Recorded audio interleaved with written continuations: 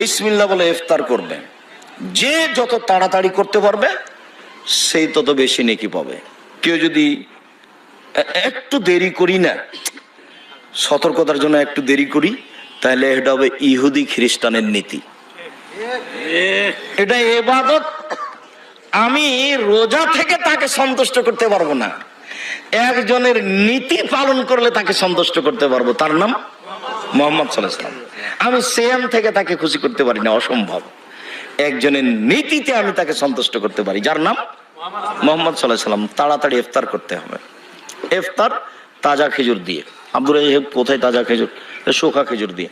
শুকা খেজুর যদি না পাই তাহলে পানি। ফজিলিয়াম যতই দামি হোক ইফতারের যোগ্যতা রাখে না। আঙ্গুর যত দামি হোক ইফতারের যোগ্যতা রাখে না। বিসমিল্লাহ বলে কি মুখে দিতে হবে?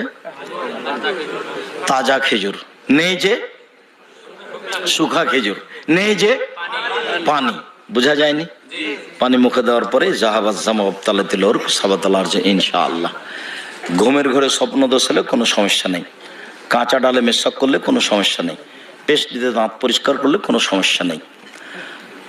আজান হয়ে যাচ্ছে তখন খাচ্ছেন, খেয়ে শেষ করেন, কোনো সমস্যা নেই, আজান হয়ে যাক। সাহারির জন্য আজান খাস নয়, তাহাজ্জুদ এবং সাহারি দুটা সমন্বয়ে আজান। মাইকে চিৎকার করে কোনো হামনাদ গাজাল